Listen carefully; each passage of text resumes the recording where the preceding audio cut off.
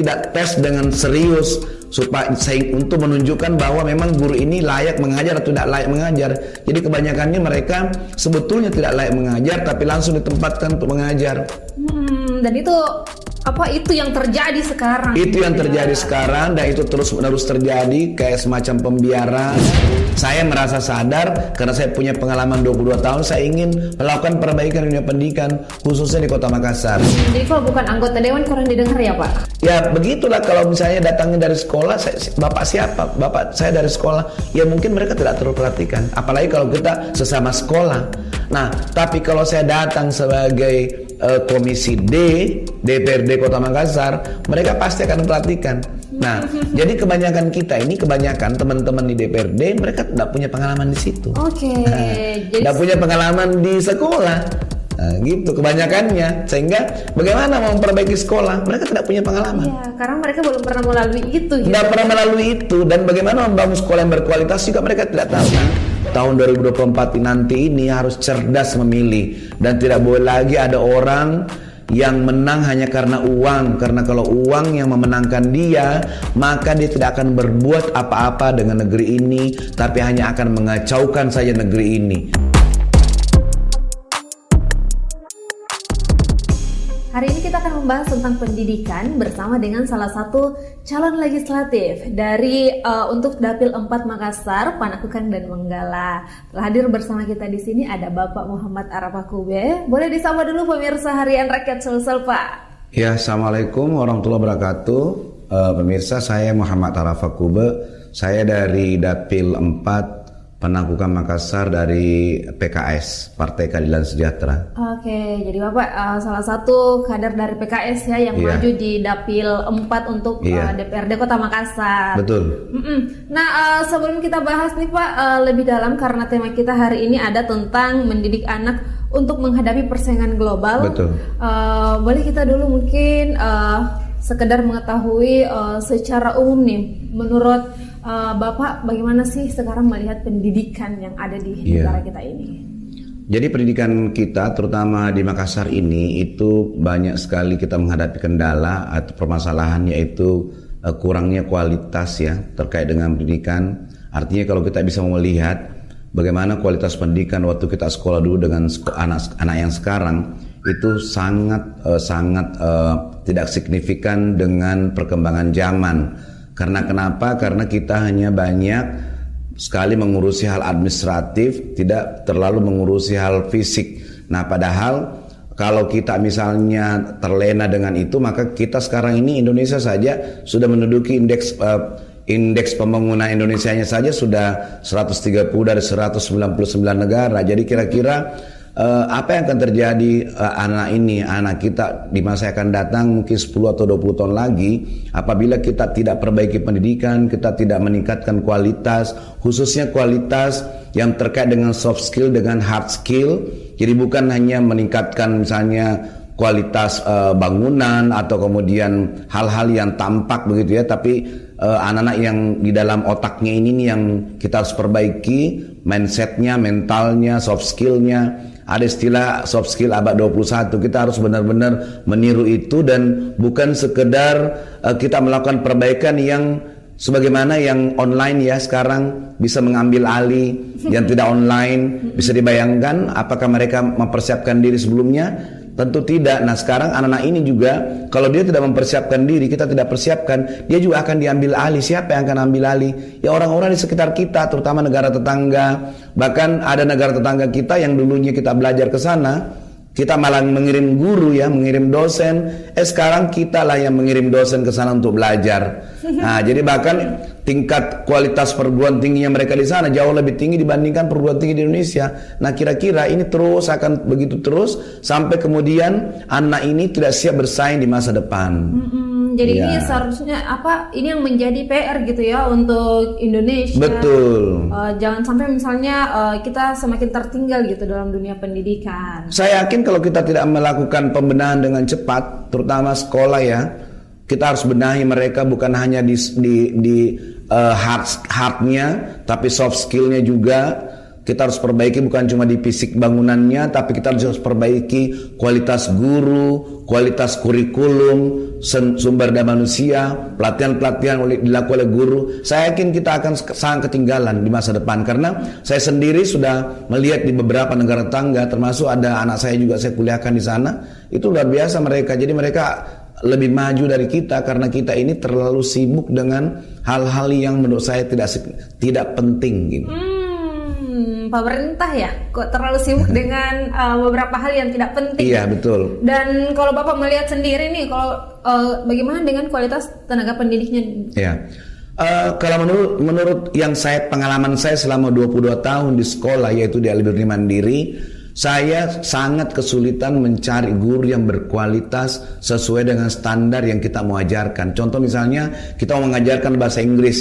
Bahasa Inggris itu kan ada standarnya. Nah, kita kalau mau mencari guru yang berkualifikasi standar itu sangat sulit kita cari. Karena kenapa? Karena memang perguruan tinggi juga belum menyiapkan yang standar. Kebanyakan sarjana itu baru siap untuk di training, bukan siap mengajar. Nah, bahkan nih karena saya sekolah Islam, temuan saya terhadap guru-guru calon guru Quran ya, ini dari berbagai perguruan tinggi dimanapun di Indonesia ini, kalau kita tes ya selama lebih dari 20 tahun, kita ada jadi standar baca Quran kita tuh ada 9 jilid.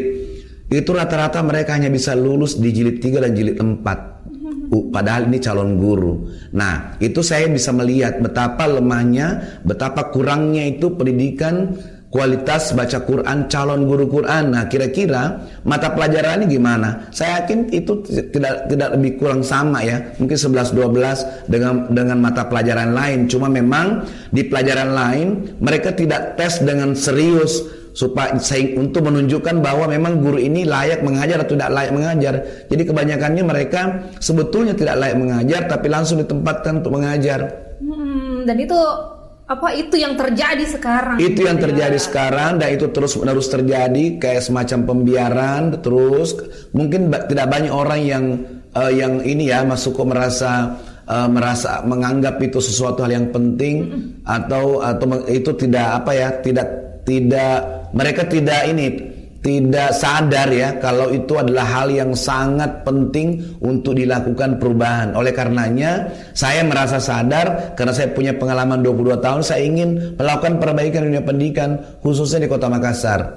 Terutama di perguruan tinggi sekolah-sekolah ya, sekolah dasar menengah dari SD sampai SMP SMA yang umum dan swasta yang memang tidak terlalu memperhatikan kualitas. Itu hanya mengeluarkan keluaran aja. Bahkan saya kemarin pernah masuk beberapa SMA negeri yang kelas 12, bahkan mereka tidak punya rencana masa depan. Padahal rencana masa depan ini adalah hal yang wajib yang ada di pikiran mereka sebelum mereka melakukan sesuatu. Nah, jadi secara rencana tidak ada, terus kemudian kualitas soft skill, hard skillnya juga sangat lemah. Sehingga mereka wajar saja kalau mereka keluar dari SMA, ya mereka tidak bisa apa-apa. Bayangkan, di dalam negeri saja mereka banyak sekali yang menganggur, padahal pekerjaan begitu banyak. Nah, jadi kalau saya mengetes guru misalnya hanya membutuhkan 10, biasanya kita tesnya sampai 400. Nah, segitu banyak calon guru atau orang yang menurut saya pengangguran di sekitar kita sangat banyak. Ya, betul. Ya. Sangat banyak pengangguran dan ini seolah-olah dibiarkan begitu saja ya, Pak. Ya, seperti itu mungkin karena ya inilah apa yang terjadi di negeri kita ini, di sekitar kita memang ya sepertinya kayak kita sibuk sendiri gitu ya. Terlalu sibuk dengan melakukan hal-hal yang menurut saya itu bukan hal yang begitu penting. Administratif di sekolah bukan itu penting, tapi bukan itu sangat penting kayak gitu, bukan. Betul. Jadi ada standarnya, tapi yang paling penting itu adalah bagaimana anak ini siap menghadapi masa depan. Karena eranya mereka bukan era sekarang. Eranya mereka itu nanti 10 tahun lagi, 20 tahun lagi baru mereka itu adalah eranya. Kira-kira apa yang terjadi kalau eranya mereka pada saat mereka sudah berumur 25, terus dia ketemu dengan sumber daya luar yang dididik secara khusus, dan saya yakin mereka tidak akan level dengan mereka. Tidak akan selevel ya. Tidak akan selevel ya. Yang diajarkan di masa sekarang itu ya tidak memenuhi standarnya menurut Bapak, bahkan jauh ya dari itu. Yang untuk lulus yang 10 itu saja tadi bahkan hanya 4 yang mereka bisa lulusi dan lain-lain. Itu Iya, dia hanya bisa sampai level 4, padahal kita ada 9 jilid. Nah, ada 9. Ada 9 jilid. Nah, artinya kualitas paling bagus untuk mengajar Al-Quran itu adalah 9 jilid itu lulus. Tapi karena mereka memang tidak punya kemampuan begitu, bahkan dulu mungkin sekolah-sekolah sebelumnya standarnya tidak seperti itu, sehingga mereka hanya menjalani kualitas yang standar dan itu tidak memenuhi. Nah, kira-kira di pekerjaan-pekerjaan lain juga sama itu, mirip. Pekerjaannya butuh apa, sumber dayanya punya apa. Nah, jadi ada gap yang jauh antara sumber daya dengan pekerjaan yang mau dikerjakan. Dan itu terjadi sih sekarang, Pak. Terjadi sekarang. Kerjanya apa? Iya. Dan kalaupun misalnya dia sarjana bahasa Inggris nih, itu kan di bahasa Inggris itu ada standarnya. Misalnya ada namanya A1, A2, ada B1, B2, C1. Nah, kalau mau mengajar bahasa Inggris yang bagus tuh paling tidak minimal tuh B2. Nah, kebanyakan yang kita terima itu tidak bisa sampai situ. Itu kalau tidak A2, B1. Dan itu juga perlu di training lagi, dididik lagi secara khusus. Nah, bagaimana kalau sekolah itu tidak menyiapkan training, tidak menyiapkan pendidikan khusus, kira-kira apa yang terjadi dengan anak-anaknya? Nah, itulah. Sementara anak-anak ini nanti, karena ini adalah era global, dia akan bertemu dengan rekan-rekan lain yang udah dipersiapkan. Seperti kayak misalnya anak-anak saya ini, seperti murid-murid kita ini yang misalnya dia kuliah ke luar negeri, dia ke Malaysia misalnya, ke Jerman, ke Turki, terus sementara mereka tidak standar, kira-kira apa yang terjadi? Nah, itu semakin tahun semakin kesana, semakin tinggi persaingan. Artinya memang guru di sekolah itu benar-benar harus dipersiapkan, bukan hanya gurunya, tapi kualitas kurikulumnya. Kita juga perlu meramu kurikulum apa yang sesuai dengan masa depan mereka. Jadi bukan yang meramu untuk yang sesuai dengan sekarang, tapi dipersiapkan untuk masa depannya mereka. Iya, dipersiapkan untuk nanti. Kalau mereka ketemu dengan anak-anak global yang lain. Oke. Nah, menurut Bapak apa sih yang luput dari perhatian pemerintah mengenai kebijakan-kebijakan yang sekarang sedang terjadi gitu, tapi dibiarkan begitu saja? Ya, kalau menurut saya sih karena memang ini keseriusan di dalam pendidikan ini kita masih kurang. Kenapa kita tidak terlalu memperhatikan kualitas guru? Bahkan saya turun ke sekolah, itu guru mengajar apa adanya. Mereka tidak di training, tidak dipersiapkan, tidak ada standar kualitas. Ya, kalau mereka misalnya lulus ya, mereka lulus apa adanya, sehingga mereka nanti walaupun dia sarjana, itu sarjana apa adanya. Itu sarjana itu ya memang dia sarjana, tapi pekerjaan atau company itu tidak siap menerima mereka karena mereka tidak punya standar kualitas, baik itu misalnya terkait dengan misalnya soft skill atau misalnya hard skill. Mereka tidak punya kemampuan itu, sehingga kita sekarang harus benar-benar menyiapkan itu, harus benar-benar memperhatikan kualitas guru, kualitas sumber daya yang ada di sekolah itu benar-benar harus disiapkan, bukan hanya menerima tapi juga di training. Jadi training ini kita ini perlu latihan berkala, training berkala yang membuat guru-guru kita itu bisa mencapai tingkat yang layak untuk mengajar. Jadi banyak sekali guru-guru kita ini nggak layak mengajar, tapi tetap mengajar, dan itu terus seperti itu. Akhirnya murid-murid kita ini, anak-anak kita ini, ya kira-kira kita hanya persiapkan mereka untuk kalah di zamannya dia, bukan jadi pemenang, tapi mungkin hanya jadi penonton. Makanya wajarlah banyak sekali sarjana tidak dapat pekerjaan. Ya bahkan ya mereka tidak punya skill sama sekali. Ya karena memang mereka tidak disiapkan untuk itu, karena sekolah itu apa adanya. Asal ada gelarnya gitu. Iya, asal ada gelarnya. Bahkan kita lebih mementingkan gelar dibandingkan dengan kualitas gitu. Bapak banyak tidak menjumpai orang-orang yang banyak gelarnya tapi banyak sekali. Ya, karena kalau banyak sekali kita temukan. Akhirnya mereka pasti menganggur. Karena di zaman sekarang orang-orang yang dibutuhkan itu adalah bukan gelar, tapi skill yang berupa soft skill dan hard skill itu. Ya salah satu soft skill itu adalah dia adalah bertanggung jawab, dia tangguh, dia berani, dia percaya diri. Itu adalah soft skill yang dibutuhkan di zaman sekarang. Bukan orang-orang yang gampang sekali menyerah gitu ya. Terus kemudian dia orang-orang yang hanya membutuhkan, dia hanya bicara materi, tidak pernah bicara tentang apa sih yang harus saya lakukan, apa sih kontribusi saya. Sama juga kita, apa sih kontribusi kita kepada negara. Bukan misalnya apa yang negara bisa berikan kepada kita, bukan seperti itu. Tapi apa kontribusi sehingga nanti karena kontribusi kita, tempat kita bekerja itu maju. Nah, terus kemudian mereka akan memberikan kepada kita timbal balik yang sesuai dengan ini kita, kemampuan kita. Nah, jadi memang inilah yang perlu disadarkan ke banyak generasi kita ya, terutama generasi muda sekarang, SMA, kuliah, bahwa nanti kalian akan menghadapi pesaing-pesaing luar biasa yang kalau kalian tidak menyiapkan diri, maka kalian akan jadi penonton di negeri sendiri. Nah, menurut Bapak, wakil rakyat punya tanggung jawab tidak terkait? Punya tanggung jawab besar. Wakil rakyat ini harus benar-benar serius memperhatikan pendidikan, karena pendidikan ini adalah hal nomor 1 yang harus diperbaiki. Jadi kita harus benar-benar turun ke sekolah, melihat satu-satu itu apa sih yang kita harus bantu kepada mereka. Ya, terus kemudian selain kita bantu kepada mereka, anggaran-anggaran pemerintah apa yang kita bisa berikan supaya siswa kita ini bisa benar-benar belajar, guru-guru kita benar-benar bisa mengajar. Jangan mereka sibuk dengan hal yang mereka tidak perlu sibuki. Misalnya ada sekolah yang banjir lah, ada sekolah misalnya fasilitasnya seadanya, guru-gurunya tidak siap mengajar. Ya itu kan bagian dari pemerintah yang harusnya jadi tanggung jawabnya mereka. Jadi legislatif itu bertugas menyambungkan ke pemerintah bagaimana supaya sekolah-sekolah ini benar-benar layak, bukan hanya nanti mereka mengajukan dulu baru mereka dipenuhi. Tidak. Kalau di Kota Makassar ini banyak yang mengajukan tapi nggak dipenuhi. Nah, seharusnya kalau melihat ini masalahnya gedungnya kurang bagus, langsung kucurkan dana, kasih anggaran dan sebagainya. Kurang fasilitas, kita kasih fasilitas. Gurunya kurang berdaya, kurang bagus dalam mengajar, kita kasih pelatihan. Harusnya seperti itu. Dan bahkan di Kota Makassar pun banyak kasus seperti ini yang terjadi. Sangat banyak.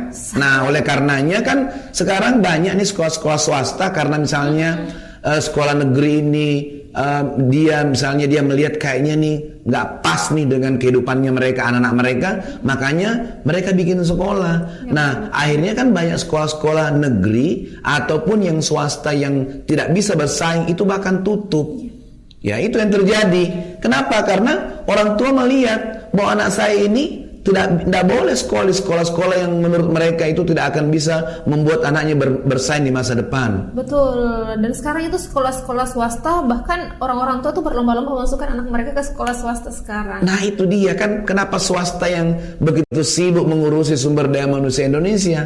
Harusnya kan pemerintah ini yang benar-benar serius mengurusi itu. Karena seandainya nih sekolah-sekolah pemerintah sangat bagus, saya yakin swasta tidak akan banyak. Iya betul, karena sudah masalah yang pertama mungkin karena di biaya ya, orang-orang pasti bahkan memilih yang lebih ini, tapi karena mungkin di pandangan mereka ini tidak mumpuni gitu, jadi beralih ke swasta gitu ya. Dan betul. Jadi memang rencana saya kalau saya masuk jadi anggota DPRD, saya akan benar-benar memperhatikan pendidikan, karena saya punya pengalaman 22 tahun dan pengalaman ini saya bisa memberi atau mengcopy ke sekolah-sekolah. Paling tidak saya bisa memberikan mereka pemahaman, memberikan mindset kepada dinas, kepada kepala sekolah, kepada guru. Karena kalau saya datang sebagai anggota dewan, itu mereka akan memperhatikan. Saya akan banyak bicara sama mereka bagaimana sekolah yang sebenarnya. Jangan kayak gini terus, karena kalau kayak begini terus 10 tahun kemudian kita akan lost generation gitu. Generasi kita akan hilang dan akan digantikan oleh generasi lain dari tempat yang lain. Dan itu bukan generasi kita. Nah, artinya penyadaran dulu nih, penyadaran kepada semua stakeholder sekolah, baik itu orang tua, guru maupun dinas atau pemerintah. Kita harus memberi masukan kepada mereka supaya jangan terlalu asik dengan terlalu sibuk melakukan hal yang tidak ada hubungannya dengan sekolah. Nggak ada gitu. Jadi kegiatan-kegiatan program-program yang tidak ada hubungan sekolah tidak usah ada. Yang harus diadakan lah benar-benar berkaitan dengan anak, berkaitan dengan guru dan stakeholder sekolah. Jadi kalau bukan anggota dewan kurang didengar ya Pak? Ya, kalau saya kan nih keliling juga di banyak sekolah, apalagi saya juga melakukan sosialisasi. Ya begitulah kalau misalnya datangnya dari sekolah, bapak siapa? Bapak saya dari sekolah. Ya mungkin mereka tidak terperhatikan. Apalagi kalau kita sesama sekolah. Nah, tapi kalau saya datang sebagai komisi D, DPRD Kota Makassar, mereka pasti akan memperhatikan. Nah, jadi kebanyakan kita ini, kebanyakan teman-teman di DPRD, mereka tidak punya pengalaman di situ. Oke. Jadi Tidak punya pengalaman di sekolah. Nah, gitu kebanyakannya, sehingga bagaimana mau memperbaiki sekolah, mereka tidak punya pengalaman. iya, karena mereka belum pernah melalui itu gitu. Tidak pernah melalui itu, dan bagaimana membangun sekolah yang berkualitas juga mereka tidak tahu. Nah, kalau Albiruni ya secara khusus dia siap bersaing dengan era global. Jadi itu sekedar informasi juga kalau Albiruni itu punyanya Bapak Iya. ya, di Kota Makassar. Itu sudah berapa jenjang itu Pak? Kita mulai TK sampai SMA kita sudah berdiri sejak 22 tahun yang lalu. Jadi kita sudah punya pengalaman yang cukup banyak bagaimana menyiapkan anak-anak itu untuk bersaing di era global. Dan memang kurikulum yang kita punya, walaupun itu kurikulum Diknas, kita permak sedemikian rupa sehingga itu sesuai dengan standar internasional. Oke, jadi sesuai standar internasional tapi tidak keluar dari dari kurikulum Diknas. Oke, jadi itu sebuah inovasi juga ya untuk menghadapi tantangan zaman tentunya. Nah, balik lagi tadi itu Pak, kalau misalnya yang stakeholder mungkin agak kurang memperhatikan ya kalau kita bukan siapa-siapa yang datang, menurut Bapak seperti itu ya? Menurut saya seperti itu karena memang apalagi kalau terkait sekolah ya, yang kita mau perbaiki ini kan sekolah. Yang kita mau perbaiki adalah kepala sekolah dan guru. Nah, kalau yang datang itu orang sekolah juga, ya dia akan memandang sebelah mata. Tapi kalau yang datang itu adalah orang di atasnya, misalnya adalah anggota Dewan Komisi D atau dinas, itu mereka akan perhatikan. Karena kebanyakan saya kalau datang ke sekolah, ya memang kita menyurat ya, tapi pada saat kita datang kepala sekolahnya nggak ada. Jadi pasti mereka tidak memperhatikan kita. Udah datang aja ke sekolah saya, tapi saya tidak ada. Nah, coba kalau yang datang adalah anggota DPRD Komisi D, beserta dengan kepala dinas, disambut. Saya yakin disambut. Jadi memang ada unsur seperti ini kalau di kita. Kayak semacam sudah menjadi tradisi. Iya. Dan ini tradisi yang tidak bagus sebenarnya. Artinya ya memang perlu masukan, tapi masukannya harus formal seperti itu. Iya. Oke. Nah ini di Dapil 4 ya Bapak lagi di Dapil 4 untuk DPRD Kota Makassar. Kalau sistem pendidikan sejauh yang Bapak lihat di Dapil ini seperti apa? Kalau saya perhatikan ya, itu sangat sebenarnya menyedihkan ya. Bahkan ada sekolah yang saya pernah dapat cerita, itu bahkan sertifikatnya saja itu belum ada. Bahkan ada sekolah di Rislak dengan apa gitu. Jadi sekolah-sekolah negeri nih yang saya cerita ya, bahkan berada di tanah yang bukan tanahnya mereka. Terus kemudian banyak sekali keadaan misalnya kayak sekolah negeri itu yang banjir, sampai hari ini masih banjir. Terus mereka sudah mengajukan permintaan anggaran sudah bertahun-tahun, tapi mereka juga belum dikasih gitu ya. Jadi saya kadang bingung begini, ini kok sekolah negara, kok negara nggak perhatikan gitu ya. Terus yang mau memperhatikan siapa kalau bukan negara? Nah, itu fisiknya, belum dalamnya, belum isinya, belum soft skillnya, belum hard skillnya, itu lebih tidak diperhatikan lagi. Karena fisiknya aja tidak. Nah, gitu. Bapak, kenapa itu terjadi? Nah, itu dia, karena mungkin orang terlalu sibuk dengan urusan yang lain, dia tidak memperhatikan ini. Jadi terlalu sibuk mengurusi urusan-urusan di luar ya, di luar sana yang nggak tahu apalah. Dan lupa bahwa ada sekolah-sekolah kita yang berada di lorong-lorong, gedungnya kecil sekali, fasilitasnya hampir tidak ada, tapi itu sekolah negeri. Nah, jadi jangankan bicara kualitas guru dan siswa, ya bicara kualitas gedung saja itu jauh dari harapan. Nah, padahal kalau di negeri itu biasanya kalau bicara mutu, bicara fisik. Nah, beda kalau kayak di kami di Albiruni, kalau bicara kualitas itu bukan fisik, tapi bicara adalah guru dan siswa. Jadi bicara program, bicara soft skill, hard skill, bukan bicara gedung. Itu kalau di Albiruni, tapi kan ini yang kita bahas yang di negeri ya, dan masih banyak sekolah-sekolah yang tidak sesuai dengan standar gitu ya, bahkan menurut saya Bahkan dari bentuk fisiknya saja ya Pak? Iya, bisa dilihat jalan-jalan ke Taman Maung ya, ada di SD di situ, berada di lorong sangat kecil. Belum lagi juga itu masih dapil saya juga, itu di samping Kejaksaan Tinggi yang di depan ini, depan Fajar ya, gedung Geraha Pena, kan ada sekolah di seberang itu di pinggir jalan tapi sangat kecil dan sangat ya seperti kayak bukan sekolah. Jadi sepertinya sekolah kayak kurang dihargai. Ya bagaimana mau meningkatkan kualitas pendidikan kalau kita tidak menghargai itu sekolah. Tidak ditempatkan di tempat yang bagus, tempat yang luas ya. Karena saya pernah pergi ke salah satu negara yang sangat maju pendidikannya. Itu dilihat dari jauh saja itu ada lapangan bola di tengah-tengahnya. Jadi benar-benar orang sangat menomorsatukan pendidikan, diberikan fasilitas selengkapnya, kualitas guru sebaiknya.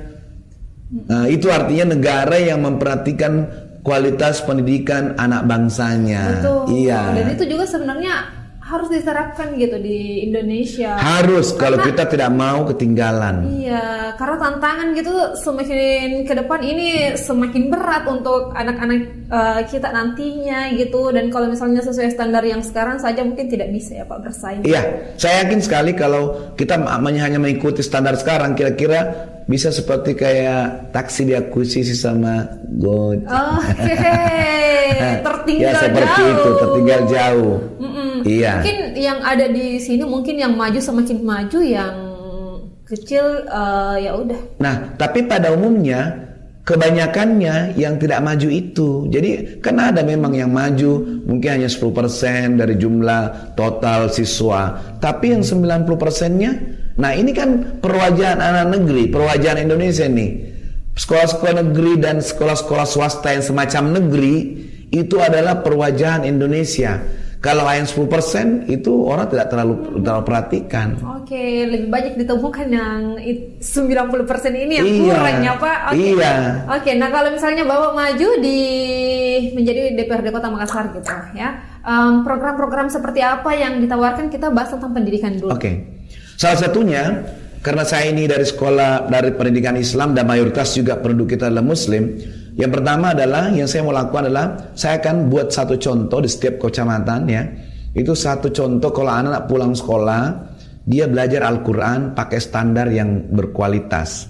Nah artinya saya menganggap temuan saya terkait dengan guru-guru yang mau mengajar itu, dengan temuan saya juga di TPA, saya bisa mengatakan bahwa kualitas pendidikan Al-Quran di Kota Makassar itu di bawah standar. Makanya yang saya mau perbaiki adalah salah satunya adalah memperbaiki bacaan Quran siswa. Siswa siapa? Ya siswa sekolah negeri.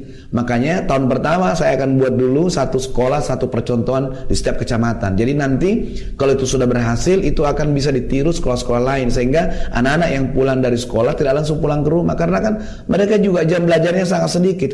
Saya tidak tahu ya mereka belajar apa sih di sekolah dengan hanya cuma 2-3 jam saja. Bahkan ya nanti kalau mereka pulang, mereka tidak langsung pulang tapi belajar dulu di sekolah. Dan ini anak kami juga punya nih para alumni dari SD kami dulu, itu juga punya rencana seperti itu. Di SD kami ada rencana membuat anak-anak di SD itu belajar Al-Quran dulu sebelum dia pulang. Nah, jadi itu dulu. Terus kemudian saya ingin menyadarkan dan meningkatkan kualitas guru. Jadi guru-guru ini kita harus berikan banyak pelatihan ya, mungkin nanti apakah kita anggarannya dari pemerintah atau seperti apa. Intinya saya akan banyak berbicara dengan para guru dan kepala sekolah betapa pentingnya meningkatkan kualitas, karena mindset ini yang perlu dirubah dulu. Nah, mindset ini tidak butuh banyak biaya. Kita hanya perlu banyak berbicara kepada mereka. Tapi siapa yang berbicara? Orang yang mengerti. Karena kalau orang yang tidak mengerti, mereka tidak akan paham. Nah, jadi bagaimana berbicara dengan kepala sekolah dan guru? Ya itu tentu kalau saya jadi anggota DPRD, saya akan banyak bicara seperti itu.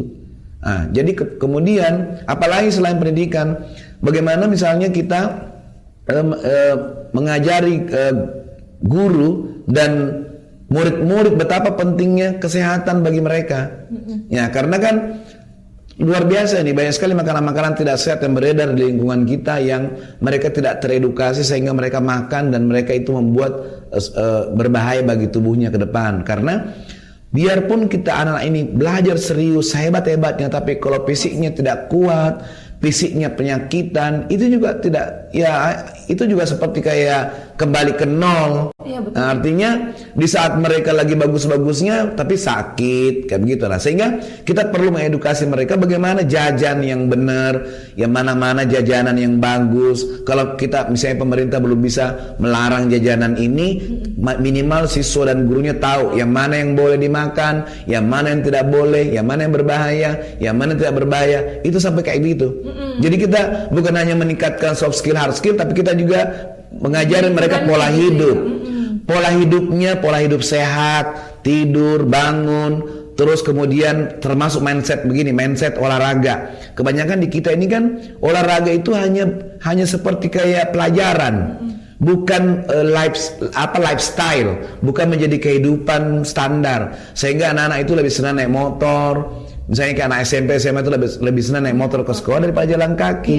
Nah ini kan perlu pemahaman, perlu turun ke sekolah, perlu bicara sama guru, perlu bicara sama Diknas. Dan ini tidak berbicara uang, tidak berbicara anggaran, hanya merubah pola pikir, merubah pola hidup itu. Dan ini saya punya ini tangan yang panjang kalau saya jadi anggota DPRD. Nah begitu. Oke. Jadi disasar dulu, bahkan bukan langsung ke anaknya tapi mulai dari gurunya, di Diknas juga. Iya. Bakalan kita mulai dari situ ya. Kita mulai penyadaran lah bagaimana sih Indonesia ini bisa bersaing dengan negara-negara lain. Dan kita harus bangun seperti apa, penyadaran. Dan bukan hanya pendidikannya, teman-teman. Banyak tadi tentang kesehatannya juga bakalan dibuatkan, disadarkan ini. Di situ. Dan untuk menghadapi tantangan zaman tentunya ya dimulai dari anak-anak bangsa gitu. Termasuk saya akan bicara sama teman-teman anggota DPRD. Karena ini tidak bisa dilakukan sendirian. Iya, betul. Ini lebih kepada menyadarkan kepada semua stakeholder bagaimana kita bekerja sama membangun anak negeri. Dan kalau stakeholder butuh orang yang tepat ya. Karena kalau misalnya siapa gitu bakalan dipandang sebelah mata ya. Jadi kalau teman-teman butuh gitu untuk menghadapi tantangan zaman anak-anaknya gitu ya harus pintar-pintar memilih wakil rakyat, betul Pak? Iya, seperti itu. Oke, nah kalau selain program-program yang pendidikan dan kesehatan tadi, program-program yang mau ditawarkan itu seperti apa lagi? Saya juga ada, karena saya juga orang yang background UMKM, saya juga punya sertifikat pendampingan UMKM. Saya juga menyadari betul betapa pentingnya bagaimana meningkatkan kualitas, baik itu dari kualitas sumber daya manusianya maupun kualitas produknya kepada UMKM yang ada khususnya di Kota Makassar. Nah, jadi banyak UMKM ini itu perlu dibantu, perlu di training, perlu didampingi. Nah, mungkin kalau saya sebagai anggota DPRD, selain saya bisa membantu secara pribadi dengan kemampuan yang saya punya, ya kita juga mungkin bisa mengalokasikan anggaran, memberikan banyak training, pelatihan kepada para UMKM ini supaya dia bisa scale up. Ya, naik kelas. Nah, supaya jangan hanya bermain di lingkungan situ, bahkan kalau perlu mereka naik kelas go internasional. Misalnya bagaimana mengajarin mereka membuat branding, membuat packing dan sebagainya, memperbaiki kualitas produk dan sebagainya, pemasaran. Itu kan mereka perlu orang yang mensupport. Kalau mereka tidak disupport, siapa lagi? Apalagi ini harusnya pemerintah mensupport, karena kalau pemerintah mensupport terus mereka naik kelas, ya otomatis kemiskinan akan semakin berkurang. Betul. Ya, itu pasti itu, udah pasti itu. Jadi kemiskinan akan semakin berkurang seiring dengan kualitas atau meningkatnya pendapatan para UMKM itu. Oke. Nah, jadi saya juga serius di situ. Bahkan diberi pelatihan ya untuk pegiat-pegiat UMKM yang ada di Kota Makassar. Iya. Oke, dan ini penting tentunya karena mungkin ada orang yang sebatas jualan tidak mengerti bagaimana konsepnya, akhirnya tidak laku, mereka mundur dan lain-lain, tidak berproses. Itu mungkin yang menyebabkan juga banyak UMKM yang gulung tikar ya Pak. Iya, banyak sekali. Jadi memang ada penelitiannya. Kalau ada UMKM buka 5, itu paling bertahannya 1. Iya, betul karena itu. Iya, nah itulah kita kasihan melihat mereka seperti itu karena mereka kebanyakannya memang tidak punya pengetahuan. Bagaimana berbisnis itu, dan mereka tidak punya pengetahuan, sehingga pemerintah punya peran dan wajib itu dilakukan. Bagaimana mendidik mereka supaya mereka siap, bukan hanya keberanian, tapi mereka memang sudah dibekali dengan ilmu-ilmu bagaimana berusaha. Ya, jadi sudah ada tentang pendidikan, kesehatan, untuk pelatihan-pelatihan UMKM juga ada. Nah, tapi ini yang kita kembali lagi Pak, yang tadi ini Pak, banyak loh anak-anak di Makassar, anak usia sekolah. Kan Bapak mau fokusnya nih ke pendidikan ya. Banyak anak usia sekolah di jalanan Pak. Ini tanggapan Bapak terkait hal itu seperti apa? Itu pasti sebenarnya bagian daripada urusan pemerintah itu sebenarnya bagian dari tanggung jawab pemerintah, bagaimana membuat anak-anak di jalan itu bisa sekolah. Bahkan mereka bukan cuma bisa sekolah, tapi mereka kehidupannya layak. Sehingga tentu kita hanya perlu istilahnya memberi perhatian kepada mereka. Dan selain mereka bisa diberikan pendidikan formal, juga banyak sekali pendidikan non formal. Artinya kita harus memberi perhatian yang ya, ini kan mereka adalah warga negara, mereka wajib memang diperhatikan oleh pemerintah. Artinya mereka tidak boleh dianaktirikan. Artinya kalau mereka tidak diperhatikan, maka mereka akan menjadi masalah bagi orang lain. Nah, oleh karenanya kita harus membuatkan program apa saja yang bisa membuat mereka tidak di jalan. Misalnya mereka disekolahkan, terus kemudian mungkin mereka ada sekolah-sekolah non formal yang lain yang meningkatkan kemampuan SDM mereka, sehingga mereka nanti bukan di jalan lagi mereka, tapi mereka bisa ada di tempat-tempat kerja formal. Nah, tentunya mereka juga harus diberikan motivasi ya. Kalau saya mungkin anak ini harus dimasukkan ke pengajian supaya mereka sadar betapa berharganya hidup mereka. Kalau mereka ini membiarkan hidupnya mereka seperti itu, mereka akan menanggung sendiri. Tapi mungkin Pak sekarang sudah banyak yang memberi motivasi tapi mereka buktinya masih banyak di Makassar kita jumpai. Ya, itulah mungkin perlu program yang berkelanjutan. Jadi bukan hanya memotivasi, tapi terus sampai mengawal sampai mereka benar-benar berhasil. Karena yang saya pernah lihat juga ya, saya pernah bertanya juga bagaimana dengan anak-anak di jalanan, untuk salah satu orang yang kayak punya komunitas-komunitas untuk anak jalanan gitu. Katanya anak-anak jalanannya yang komen, wah ini sudah dapat uang dari sini. Saya kalau gabung sama kamu dapat uang nggak? Dan ini banyak mereka, tentunya kalau Bapak dikasih jawaban seperti itu, jawabannya seperti ya itulah tadi, makanya kita kasih mindset dulu, kita rubah dulu mindsetnya. Kan saya bilang tadi, merubah mindset itu tidak mudah, itu perlu waktu lama. Artinya kalau kita ketemu anak jalanan bukan sekali dua kali, tapi harus terus menerus terprogram, mungkin sekali sepekan. Dan kita ini kan tim, kita bekerja dengan tim, bukan bekerja sendiri. Akan ada banyak orang bisa membantu kita. Yang penting kita fokus, kita memang ingin memberikan pelayanan kepada mereka. Dan itu kita tidak tinggalkan mereka begitu saja, satu program tinggalkan, enggak. Tapi terus kita menjaga mereka terus sampai, ya mungkin bukan bulanan tapi tahunan. Dan mungkin bukan 1 tahun, tapi mungkin 5 tahun, mungkin 10 tahun. Dan kita bekerja sama dengan pihak-pihak lain untuk bisa membuat mereka berhasil dari jalan menjadi mungkin entrepreneur lah, atau misalnya mungkin bisa bekerja di mana. Intinya ini penyadaran, karena kan orang di jalan ini mindset juga perlu diperbaiki nih, bahwa hidupmu bukan di situ. Berarti boleh dong kalau kita titip anak jalanan ke Bapak. Kalau misalnya maksudnya kalau misalnya jadi anggota DPRD gitu, akan memberikan program-program yang bagus untuk mereka. Saya nggak perlu dititipi. Saya akan membuat program seperti itu. Iya, bahkan sebenarnya ya, kalau secara personal di Yayasan Albirni Mandiri pun kita akan melakukan itu. Iya, karena itu kewajiban memang kita. Ini bukan hanya bicara bahwa ini pemerintah, tapi itu juga kewajiban orang per orang, organisasi, yayasan. Ya, tapi alangkah baiknya ini kalau pemerintah mengambil peran yang besar. Iya, betul. Iya. Banyak ya kan, Bapak lihat sendiri. Iya, karena kan? sangat banyak. Iya. Banyak sekali di jalanan, di lampu merah, anak-anak di jalanan pakai kostum ini juga ya, yang badut-badut, yang boneka-boneka. Dan masyarakat tentunya bertanya gitu, mana ini wakil rakyatnya kita, mana pemerintahnya kita. Jadi kita butuh orang-orang memang yang mungkin bisa mengatasi hal tersebut gitu. Selain karena ya untuk tidak melihat lagi orang-orang seperti itu di jalanan, yang bisa juga meningkatkan kualitas hidup mereka tentunya.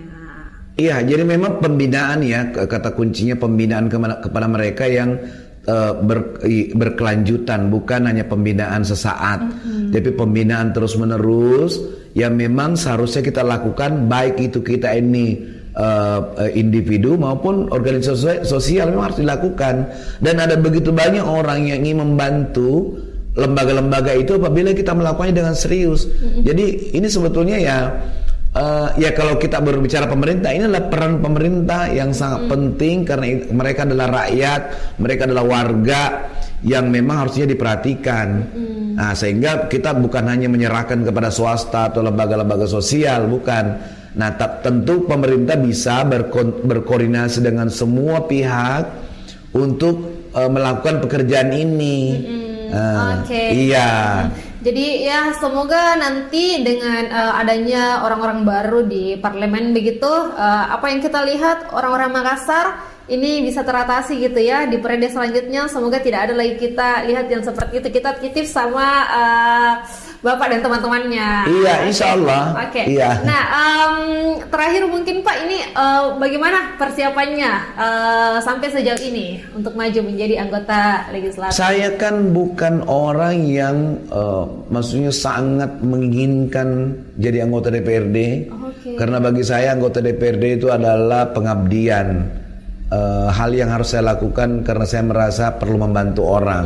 Nah, itu prinsip saya. Sehingga saya tidak melakukan semua cara untuk masuk ke sana. Nah, artinya saya punya cara sendiri yang saya juga pernah diajar, memang saya pernah dididik khusus untuk bagaimana istilahnya bisa mengambil hati masyarakat. Nah, jadi saya punya cara sendiri sehingga saya tidak melakukan semua cara yang menurut hati saya itu tidak boleh, tidak seharusnya dilakukan. Dan kita harusnya melakukan pendidikan politik kepada masyarakat. Artinya masyarakat harus dididik bagaimana memilih calon-calon mereka yang benar-benar yang akan membantu mereka, yang akan melayani mereka. Jangan pilih orang yang membayar mereka, karena kalau mereka dibayar, tentu mereka itu sudah tidak akan diurusi berikutnya. Makanya wajar kenapa mereka tidak datang lagi. Ya karena mereka menganggap suara Anda sudah dibeli. Nah, kalau saya anti itu, saya tidak suka itu, saya tidak mau masyarakat dibeli. Makanya saya melakukan pendidikan politik. Artinya kalau saya misalnya mereka mau pilih silakan, tapi saya punya program nih untuk masyarakat seperti ini. Kalau saya terpilih, dan terus terang saya tidak butuh pekerjaan ini. Nah, karena pekerjaan ini membuat saya akan semakin sibuk. Iya, betul. Nah, dan saya sekarang juga sangat sibuk. Artinya ya, kenapa saya mau melakukan ini? Karena saya ingin membantu masyarakat. Karena kalau tidak ada orang yang membantu masyarakat, terus siapa lagi yang mau membantu? Karena saya sedih kalau misalnya banyak orang mau masuk di Albiruni tapi mereka tidak sanggup bayar. Saya tidak bisa berbuat banyak. Tapi saya bisa membuat sekolah yang mirip-mirip itu, kualitasnya mirip-mirip itu, tapi harganya sangat terjangkau, bahkan mungkin dibiayai oleh pemerintah. Itu bisa. Nah, tapi kalau saya menerima mereka di sekolah saya tidak mampu membayar mereka. Mengerti Marta. Iya, artinya kalau saya membuat program seperti itu tapi di sekolah yang dibiayai oleh pemerintah, itu bisa. Nah, disitulah kontribusi saya. Dan itu harus duduk dulu supaya didengar. Harus duduk. Gitu. Karena kalau tidak duduk dulu diabaikan. Iya. Bagaimana saya bisa mengakses sekolah-sekolah di negeri dan teman-temannya itu kan? Itu saya harus lewat ada jalurnya. Jadi untuk masyarakat tentunya ini ya, untuk anak-anaknya kalian, anak-anaknya bapak ibu gitu ke depannya bagaimana. Apalagi ini tantangan ke depannya itu teman-teman harus tahu bahwa ini semakin kencang itu. Iya, semakin luar biasa. Dan kalau masuk di Albiruni seperti yang Pak katakan tadi, mungkin ada yang bisa, banyak yang tidak bisa. Tapi kalau yang tidak bisa, bahkan dibuatkan yang sama nih. Ya, kita mau bikinkan seperti itu, mirip-mirip itu programnya. Oke teman-teman, jadi seperti itu. Dan kalau Bapak ini sejauh ini optimisme untuk merekursi di dapil ini bagaimana? Saya karena ini kan pengalaman saya bukan kali pertama. Ya, insya Allah saya berusaha keras untuk masuk ke sana karena ini juga adalah kepercayaan teman-teman di PKS supaya saya bisa masuk ke dalam, supaya bisa mewarnai DPRD gitu ya, terutama terkait dengan pendidikan. Nah, ini adalah amanah bagi saya, sehingga saya berusaha keras. Ya, artinya saya memanfaatkan waktu sebaik-baiknya dengan cara saya untuk bisa meraih suara dari masyarakat. Oke, Bapak butuh berapa suara nih untuk? Saya menargetkan 5.000. 5.000? Iya. Oke, kemarin kita podcast sama salah satu juga yang di dapil ini butuh 6.000. Ya. Oke, 5.000 suara untuk teman-teman, untuk Bapak Ibu, untuk salah satu calon legislatif kita, untuk bagaimana supaya pendidikan di Indonesia tentunya itu lebih baik lagi, bukan hanya di Makassar, bahkannya di Indonesia. Oke Pak, boleh terakhir closing statement untuk harapannya kepada masyarakat dan juga untuk kesuksesan pemilu 2024. Ya, kepada Bapak dan Ibu dan teman-teman yang ada di rumah, ya saya berharap kita tahun 2024 ini adalah tahun penting bagi kita semua, supaya Indonesia jauh lebih baik daripada sekarang, supaya Indonesia ini tidak tertinggal dari negara-negara lain. Maka gunakanlah hak pilihnya sebaiknya. Lihatlah calon-calonnya, siapa yang layak dipilih, siapa yang tidak boleh dipilih, bahkan dan tidak boleh ya. Jadi siapa yang layak dan siapa yang tidak boleh itu tergantung pilihan masing-masing Bapak dan Ibu. Jadi tahun 2024 nanti ini harus cerdas memilih, dan tidak boleh lagi ada orang yang menang hanya karena uang. Karena kalau uang yang memenangkan dia, maka dia tidak akan berbuat apa-apa dengan negeri ini, tapi hanya akan mengacaukan saja negeri ini. Jadi negeri kita ini banyak sekali orang-orang yang tidak layak duduk di situ, tapi dia duduk karena dipilih oleh masyarakat. Nah, oleh makarnya sekarang harus cerdas dan lebih cerdas memilih. Itu saja. Oke, terima kasih banyak Pak. Ini untuk masyarakat harus cerdas gitu, karena ini untuk kalian juga tentunya. Kalau sudah dikasih duit nanti ya mereka merasa bahwa tanggung jawab saya sudah selesai karena suara kalian sudah dibeli. Oke, buat Pak Muhammad Arafat, terima kasih banyak telah hadir, mau sharing dengan Harian Rakyat Sulsel, mau terbuka gitu tentang program-programnya apa saja yang mau ditawarkan kepada masyarakat gitu, dan semoga pendidikan kita semakin maju lagi ke depannya Pak. Amin, amin. Ya Rabbal Alamin. Terima kasih Pak, dan sukses sama-sama. selalu. Semoga lancar untuk semua rencana-rencana baiknya, semoga dapat terrealisasikan. Iya, amin. Untuk pemirsa di rumah, sampai di sini perbincangan saya dengan narasumber kita kali ini yang sangat menarik. Jangan lupa untuk di-share ke teman-temannya supaya lebih banyak lagi yang tahu, dan supaya kalian itu tahu gitu bagaimana membuat dan memilih memang calon-calon yang layak untuk duduk gitu, dan supaya bisa mewakili suaranya kalian. Terima kasih dan sampai jumpa di podcast berikutnya. Wassalamualaikum warahmatullahi wabarakatuh. Waalaikumsalam warahmatullahi wabarakatuh.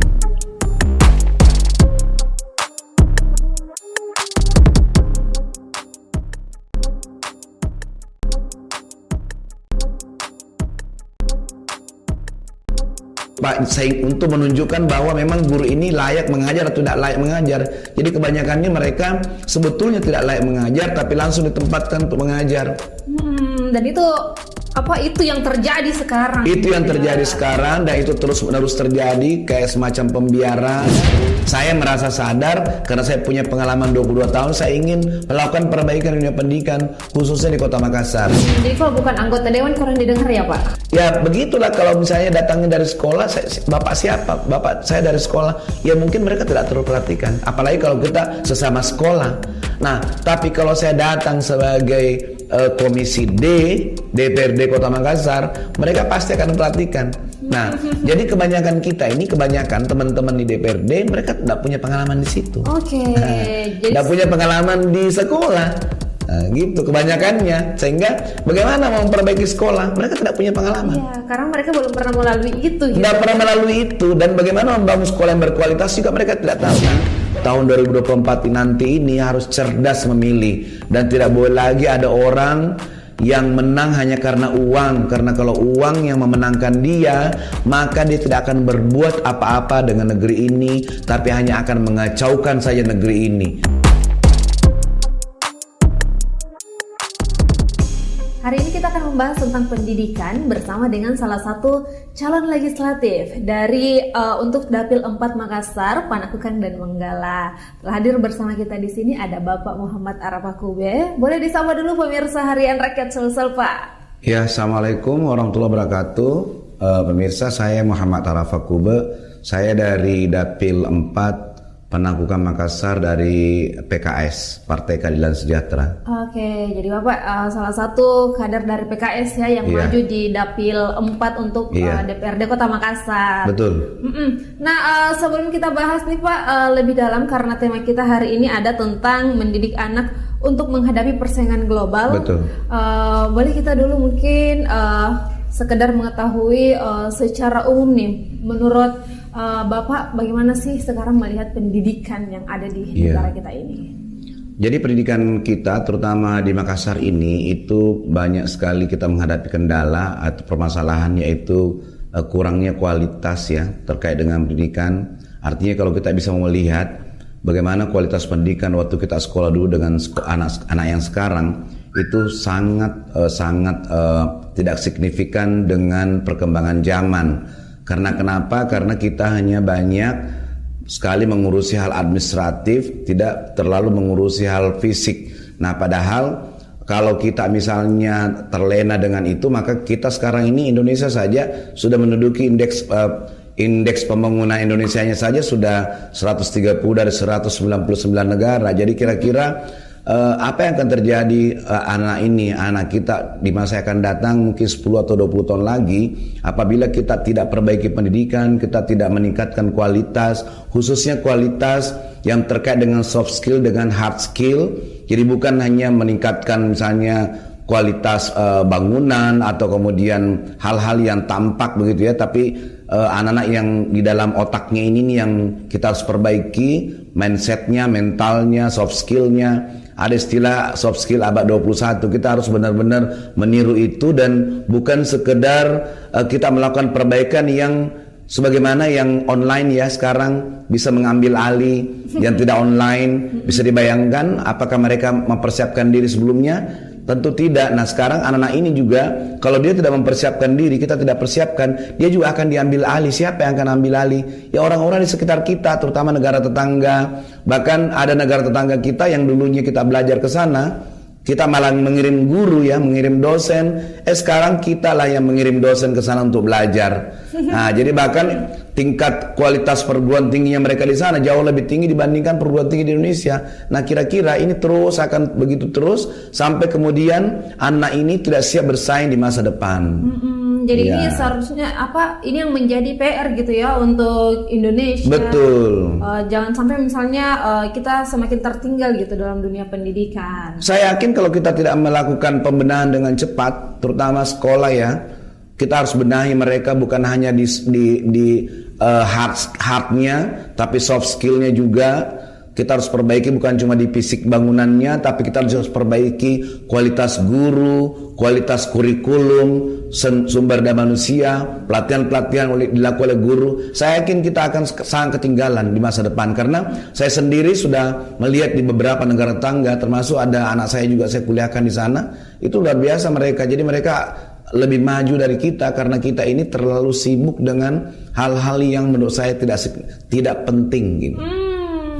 Pemerintah ya kok terlalu sibuk dengan beberapa hal yang tidak penting. Iya, betul. Dan kalau Bapak melihat sendiri nih, kalau bagaimana dengan kualitas tenaga pendidiknya? Ya.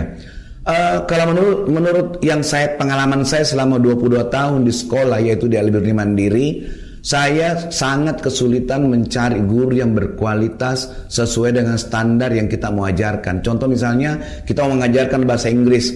Bahasa Inggris itu kan ada standarnya. Nah, kita kalau mau mencari guru yang berkualifikasi standar itu sangat sulit kita cari. Karena kenapa? Karena memang perguruan tinggi juga belum menyiapkan yang standar.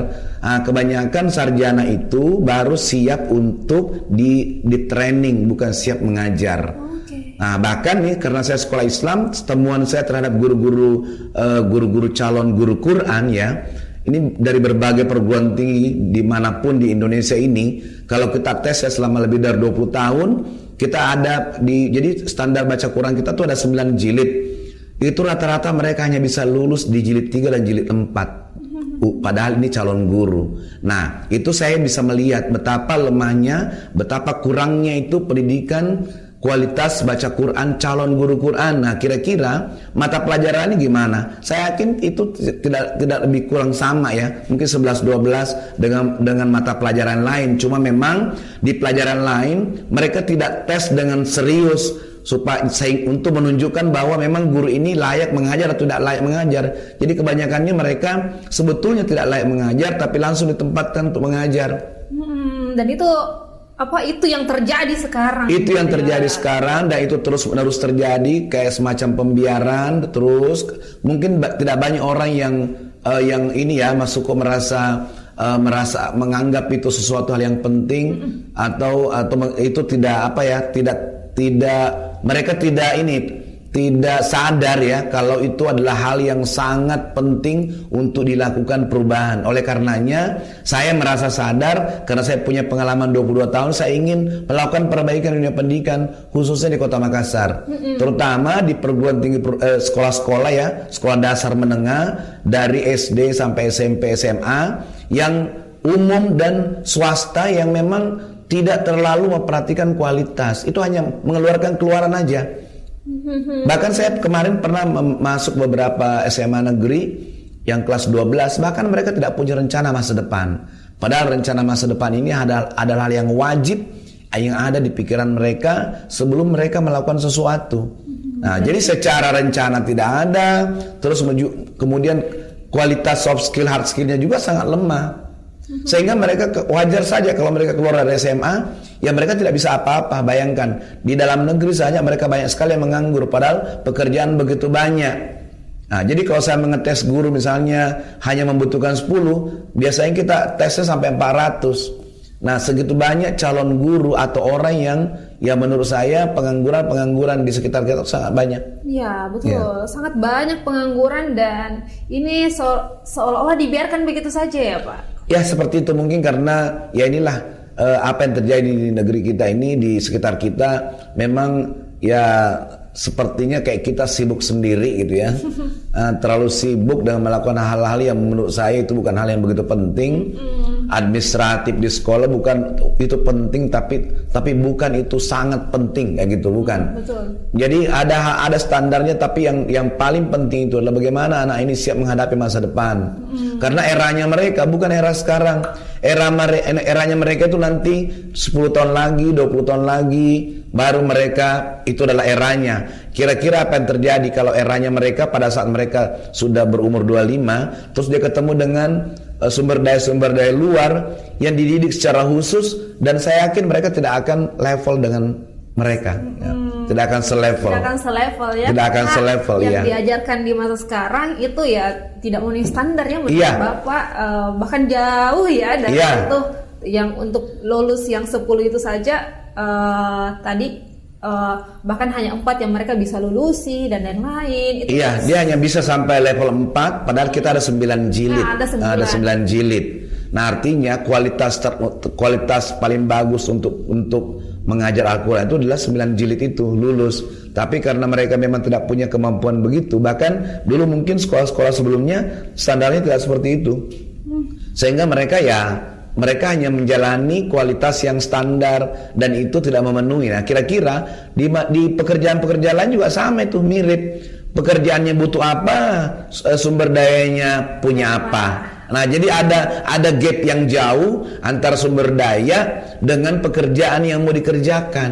Dan itu terjadi sih sekarang, Pak. Terjadi sekarang. Kerjanya apa? Iya. Dan kalau misalnya dia sarjana bahasa Inggris nih, itu kan di bahasa Inggris itu ada standarnya. Misalnya ada namanya A1, A2, ada B1, B2, C1. Nah, kalau mau mengajar bahasa Inggris yang bagus tuh paling tidak minimal tuh B2. Nah, kebanyakan yang kita terima itu tidak bisa sampai situ. Itu kalau tidak A2, B1. Dan itu juga perlu di training lagi, dididik lagi secara khusus. Nah, bagaimana kalau sekolah itu tidak menyiapkan training? tidak menyiapkan pendidikan khusus, kira-kira apa yang terjadi dengan anak-anaknya. Nah itulah, sementara anak-anak ini nanti, karena ini adalah era global, dia akan bertemu dengan rekan-rekan lain yang udah dipersiapkan, seperti kayak misalnya anak-anak saya ini, seperti murid-murid kita ini yang misalnya dia kuliah ke luar negeri, dia ke Malaysia misalnya, ke Jerman, ke Turki, terus sementara mereka tidak standar, kira-kira apa yang terjadi? Nah itu semakin tahun, semakin kesana, semakin tinggi persaingan. Artinya memang guru di sekolah itu benar-benar harus dipersiapkan, bukan hanya gurunya, tapi kualitas kurikulumnya. Kita juga perlu meramu kurikulum apa yang sesuai dengan masa depan mereka. Jadi bukan yang meramu untuk yang sesuai dengan sekarang, tapi dipersiapkan untuk masa depannya mereka. Iya, dipersiapkan untuk nanti. Kalau mereka ketemu dengan anak-anak global yang lain. Oke. Nah, menurut Bapak apa sih yang luput dari perhatian pemerintah mengenai kebijakan-kebijakan yang sekarang sedang terjadi gitu, tapi dibiarkan begitu saja? Ya, kalau menurut saya sih karena memang ini keseriusan di dalam pendidikan ini kita masih kurang. Kenapa kita tidak terlalu memperhatikan kualitas guru? Bahkan saya turun ke sekolah, itu guru mengajar apa adanya. Mereka tidak di-training, tidak dipersiapkan, tidak ada standar kualitas. Ya kalau mereka misalnya lulus ya, mereka lulus apa adanya, sehingga mereka nanti walaupun dia sarjana, itu sarjana apa adanya. Itu sarjana itu ya memang dia sarjana, tapi pekerjaan atau company itu tidak siap menerima mereka karena mereka tidak punya standar kualitas, baik itu misalnya terkait dengan misalnya soft skill atau misalnya hard skill, mereka tidak punya kemampuan itu. Sehingga kita sekarang harus benar-benar menyiapkan itu, harus benar-benar memperhatikan kualitas guru, kualitas sumber daya yang ada di sekolah itu benar-benar harus disiapkan, bukan hanya menerima tapi juga di training.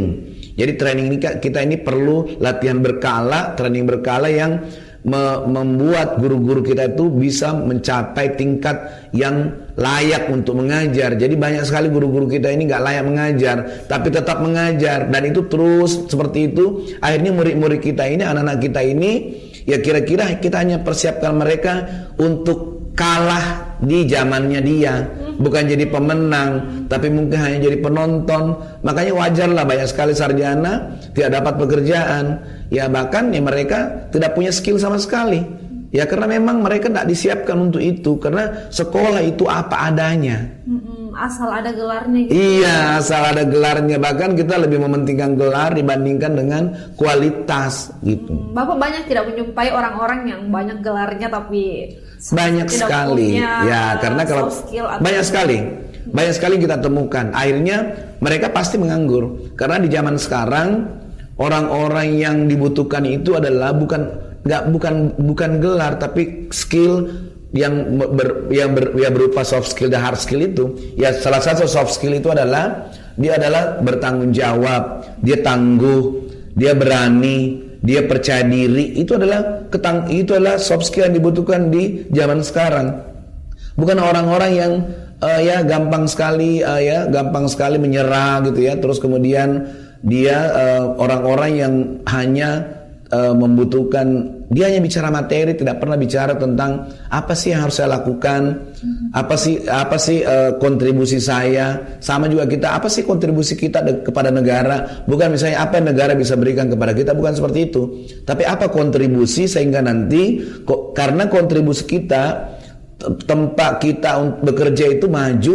Nah terus kemudian mereka akan memberikan kepada kita timbal balik yang sesuai dengan kemampuan kita. Nah, jadi memang inilah yang perlu disadarkan ke banyak generasi kita ya, terutama generasi muda sekarang, SMA, kuliah, bahwa nanti kalian akan menghadapi pesaing-pesaing luar biasa yang kalau kalian tidak menyiapkan diri, maka kalian akan jadi penonton di negeri sendiri. Nah, menurut Bapak, wakil rakyat punya tanggung jawab tidak terkait? Punya tanggung jawab besar. Wakil rakyat ini harus benar-benar serius memperhatikan pendidikan, karena pendidikan ini adalah hal nomor satu yang harus diperbaiki. Jadi kita harus benar-benar turun ke sekolah, melihat satu-satu itu apa sih yang kita harus bantu kepada mereka. Ya terus kemudian selain kita bantu kepada mereka, anggaran-anggaran pemerintah apa yang kita bisa berikan supaya supaya siswa kita ini bisa benar-benar belajar, guru-guru kita benar-benar bisa mengajar. Jangan mereka sibuk dengan hal yang mereka tidak perlu sibuki. Misalnya ada sekolah yang banjir lah, ada sekolah misalnya fasilitasnya seadanya, guru-gurunya tidak siap mengajar. Ya itu kan bagian dari pemerintah yang harusnya jadi tanggung jawabnya mereka. Jadi legislatif itu bertugas menyambungkan ke pemerintah bagaimana supaya sekolah-sekolah ini benar-benar layak, bukan hanya nanti mereka mengajukan dulu baru mereka dipenuhi. Tidak. Kalau di Kota Makassar ini banyak yang mengajukan tapi nggak dipenuhi. Nah, seharusnya kalau melihat ini masalahnya gedungnya kurang bagus, langsung kucurkan dana, kasih anggaran dan sebagainya. Kurang fasilitas, kita kasih fasilitas. Gurunya kurang berdaya, kurang bagus dalam mengajar, kita kasih pelatihan. Harusnya seperti itu. Dan bahkan di Kota Makassar pun banyak kasus seperti ini yang terjadi. Sangat banyak. Nah, oleh karenanya kan sekarang banyak nih sekolah-sekolah swasta, karena misalnya sekolah negeri ini dia melihat kayaknya nih nggak pas nih dengan kehidupannya mereka, anak-anak mereka, makanya mereka bikin sekolah. Nah, akhirnya kan banyak sekolah-sekolah negeri ataupun yang swasta yang tidak bisa bersaing itu bahkan tutup. Ya, itu yang terjadi. Kenapa? Karena orang tua melihat bahwa anak saya ini tidak boleh sekolah di sekolah-sekolah yang menurut mereka itu tidak akan bisa membuat anaknya bersaing di masa depan. Betul. Dan sekarang itu sekolah-sekolah swasta, bahkan orang-orang tua tuh berlomba-lomba memasukkan anak mereka ke sekolah swasta sekarang. Nah, itu dia kan kenapa swasta yang begitu sibuk mengurusi sumber daya manusia Indonesia. Harusnya kan pemerintah ini yang benar-benar serius mengurusi itu. Karena seandainya nih sekolah-sekolah pemerintah sangat bagus, saya yakin swasta tidak akan banyak. Iya betul, karena sudah masalah yang pertama mungkin karena di biaya ya orang-orang pasti bakal memilih yang lebih ini, tapi karena mungkin di pandangan mereka ini tidak mumpuni gitu, jadi beralih ke swasta gitu ya. Dan betul. Jadi memang rencana saya kalau saya masuk jadi anggota DPRD, saya akan benar-benar memperhatikan pendidikan karena saya punya pengalaman 22 tahun dan pengalaman ini saya bisa memberi atau mengcopy ke sekolah-sekolah. Paling tidak saya bisa memberikan mereka pemahaman, memberikan mindset kepada dinas, kepada kepala sekolah, kepada guru. Karena kalau saya datang sebagai anggota dewan, itu mereka akan memperhatikan. Saya akan banyak bicara sama mereka bagaimana sekolah yang sebenarnya. Jangan kayak gini terus, karena kalau kayak begini terus 10 tahun kemudian kita akan lost generation gitu. Generasi kita akan hilang dan akan digantikan oleh generasi lain dari tempat yang lain. Dan itu bukan generasi kita. Nah, artinya penyadaran dulu nih, penyadaran kepada semua stakeholder sekolah, baik itu orang tua, guru maupun dinas atau pemerintah. Kita harus memberi masukan kepada mereka supaya jangan terlalu asik dengan terlalu sibuk melakukan hal yang tidak ada hubungannya dengan sekolah. Nggak ada gitu. Jadi kegiatan-kegiatan program-program yang tidak ada hubungan sekolah tidak usah ada. Yang harus diadakan benar-benar berkaitan dengan anak, berkaitan dengan guru dan stakeholder sekolah. Jadi kalau bukan anggota dewan kurang didengar ya Pak? Ya, kalau saya kan nih keliling juga di banyak sekolah, apalagi saya juga melakukan sosialisasi. Ya begitulah, kalau misalnya datangnya dari sekolah, bapak siapa? Bapak saya dari sekolah. Ya mungkin mereka tidak terperhatikan, apalagi kalau kita sesama sekolah. Nah, tapi kalau saya datang sebagai komisi D DPRD Kota Makassar, mereka pasti akan memperhatikan. Nah, jadi kebanyakan teman-teman di DPRD mereka tidak punya pengalaman di situ. Oke. Jadi tidak punya pengalaman di sekolah. Nah, gitu kebanyakannya, sehingga bagaimana mau memperbaiki sekolah, mereka tidak punya pengalaman. Iya, karena mereka belum pernah melalui itu. Tidak pernah melalui itu, dan bagaimana membangun sekolah yang berkualitas juga mereka tidak tahu. Nah, kalau Albiruni ya secara khusus dia siap bersaing dengan era global. Jadi itu sekedar informasi juga kalau Albiruni itu punyanya Bapak. Iya. Ya, di Kota Makassar itu sudah berapa jenjang itu Pak? Kita mulai TK sampai SMA kita sudah berdiri sejak 22 tahun yang lalu. Jadi kita sudah punya pengalaman yang cukup banyak. bagaimana menyiapkan anak-anak itu untuk bersaing di era global. Dan memang kurikulum yang kita punya, walaupun itu kurikulum Diknas, kita permak sedemikian rupa sehingga itu sesuai dengan standar internasional. Oke, jadi sesuai standar internasional tapi tidak keluar dari kurikulum Diknas. Oke, jadi itu sebuah inovasi juga ya untuk menghadapi tantangan zaman tentunya. Nah, balik lagi tadi itu Pak, kalau misalnya yang stakeholder mungkin agak kurang memperhatikan ya kalau kita bukan siapa-siapa yang datang, menurut Bapak seperti itu ya? Menurut saya seperti itu, karena memang apalagi kalau terkait sekolah ya, yang kita mau perbaiki ini kan sekolah. Yang kita mau perbaiki adalah kepala sekolah dan guru. Nah, kalau yang datang itu orang sekolah juga, ya dia akan memandang sebelah mata. Tapi kalau yang datang itu adalah orang di atasnya, misalnya adalah anggota Dewan Komisi D atau dinas, itu mereka akan perhatikan. Karena kebanyakan saya kalau datang ke sekolah, ya memang kita menyurat ya, tapi pada saat kita datang kepala sekolahnya nggak ada. Jadi pasti mereka tidak memperhatikan kita. Udah datang aja ke sekolah saya, tapi saya tidak ada. Nah, coba kalau yang datang adalah anggota DPRD Komisi D, beserta dengan kepala dinas, disambut. Saya yakin disambut. Jadi memang ada unsur seperti ini kalau di kita. Kayak semacam sudah menjadi tradisi, dan ini tradisi yang tidak bagus sebenarnya. Artinya ya memang perlu masukan, tapi masukannya harus formal seperti itu. Oke. Nah ini di Dapil 4 ya Bapak, tadi di Dapil 4 untuk DPRD Kota Makassar. Kalau sistem pendidikan sejauh yang Bapak lihat di Dapil ini seperti apa? Kalau saya perhatikan ya, itu sangat sebenarnya menyedihkan ya. Bahkan ada sekolah yang saya pernah dapat cerita, itu bahkan sertifikatnya saja itu belum ada. Bahkan ada sekolah di Rislak dengan apa gitu. Jadi sekolah-sekolah negeri nih yang saya cerita ya, bahkan berada di tanah yang bukan tanahnya mereka.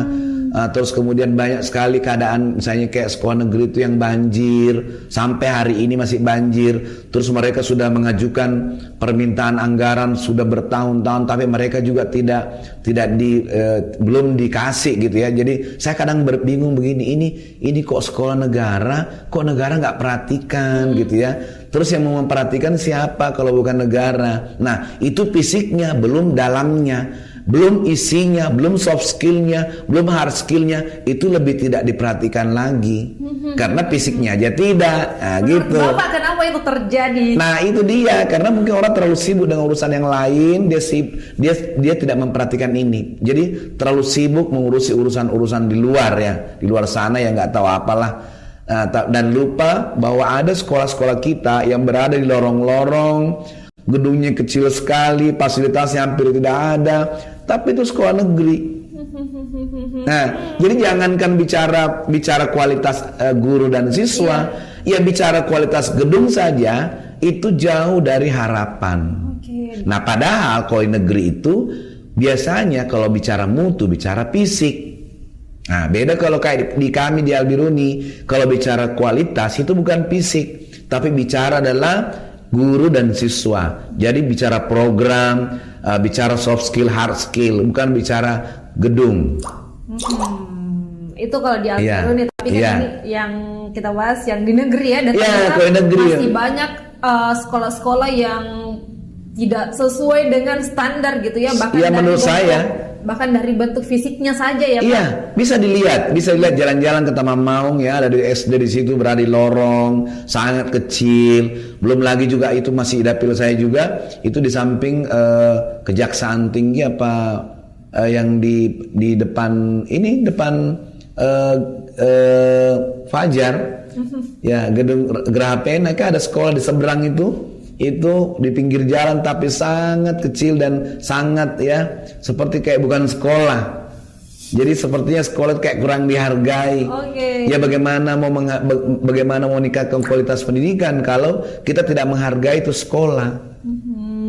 Tidak ditempatkan di tempat yang bagus, tempat yang luas ya. Karena saya pernah pergi ke salah satu negara yang sangat maju pendidikannya, itu dilihat dari jauh saja itu ada lapangan bola di tengah-tengahnya. Jadi benar-benar orang sangat menomorsatukan pendidikan, diberikan fasilitas selengkapnya, kualitas guru sebaiknya.